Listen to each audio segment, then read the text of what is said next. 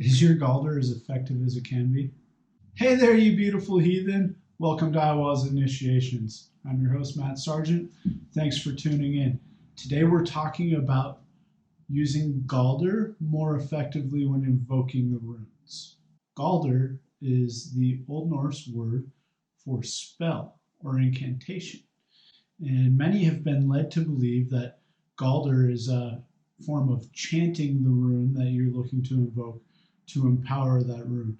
So many people use this technique of chanting the runes, for example, Fehu, to increase wealth, right? And they'll chant Fehu generally 3 times, and generally with 2 other runes to empower that increase of wealth, right? And they'll chant each rune 3 times. 3 and 3 is 9. 9 is a great number in Norse magic. I get it. I love it. And it works to a certain degree. And this is an idea made popular by Thorson.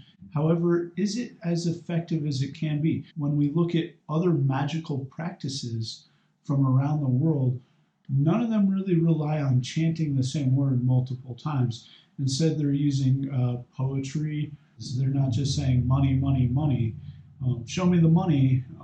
At this point, I do want to stop real quick and say that this video is intended for someone who has a good understanding of the runes. If you show them a rune, they'll know its name, what it means, what it may or may not invoke, how to interpret it in a rune reading. If that's not you, this video is still of value. Go ahead and finish it. That way you know how to better utilize the runes in the future. But if you want to learn more about the runes, leave a note in the comments and I'm happy to put together a rune series or something like that. I mentioned that Galdr is the Old Norse term for spell. Well, when we look at the poetic structure of the Poetic Eddas, the Eddas, and other Old Norse texts, there is a type of poetry called Galdralog. Galdralog is only used in the Eddas in instances where they are talking about spells or casting spells. So could it be that this meter is the meter of spells? Yes, it is, most definitely. So instead of Galdring, chanting the runes, use Galdralog to invoke the runes. And Galdralog is very similar to the poetic verse used in the rest of the Eddas, and that verse would be Yodhatar. And I'm sure I butchered that. Please feel free to leave a note and tell me how to properly pronounce that. Yodhatar. And that is the verse commonly used in the Poetic Eddas. And the only variation from that in the Eddas, as I mentioned, is when they are talking of spells or actually casting spells, and then that structure changes to the Galdralog structure. And the one important thing to keep in mind about Old Norse poetry is, unlike modern poetry, which relies heavily on a rhyming structure, Anglo-Saxon and Old Norse poetry relied heavily upon alliteration. Alliteration is when you use words that start with the same letter or sound, such as she sells seashells by the seashore. Not all alliteration is a tongue twister. You could also say that free firewood is alliteration. They both start with free, firewood. Free firewood. That's alliterative. In the Galdralog structure, you're looking at a 7 to 9 line poem. Lines 1 and 2 are tied together with alliterative techniques. In other words, there's alliteration in line 1 and alliteration in line 2, and they both have the same alliterative feature. The third line is not alliterative, generally has a kenning in it. Got to jump back to kennings after I cover what Galdralog is.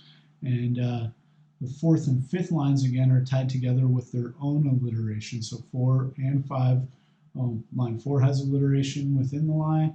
Line 5 has the same alliterative structure, so the same sound. And then another free line, line 6. Lines 7, 8, and 9, you only need one of those. So if we didn't include lines 7, 8, or 9, you have the Yodhatar. But when you add a line 7 to emphasize the rest of the poem, it becomes Galdralog. And you can add up to 3 extra lines, so 7, 8, or 9. You following me? I don't know how well this works with video. So if that isn't as clear as mud, to make it even more fun, the Anglo-Saxons and the Old Norse used kennings to help tie poems together. And a kenning is when you tie two words together, similar to a metaphor, but without using like or as to say one thing. An example that you can find in the lore would be wave rider, a ship. Yeah, the poet could just say a ship, but that's not invoking any imagery. So you say wave rider, and that'd be a ship. To wrap this all up, I have a little Galdralog that I wrote that calls upon some of the runes. Intent is to find wisdom to help grow a forest, because if you've watched any of my other videos, you know that I'm all about growing a food forest to, one, save Midgard, but two, provide food, fiber, fuel, and medicine for your kin and kith. So feel free to use this Galdralog as you envision your future food forest to call upon the wisdom to grow a forest. I decided that I wanted to invoke the runes Kenaz for the Torch of Knowledge, Iwaz for the wisdom of the yew tree, and Ing to gather the knowledge that Lord Freyr has to share with us. And this Galdralog would be, we keep at our quest, for Kenaz is concerned. Like the tree hanger, eyeing mighty Iwaz, Lord Ing we implore.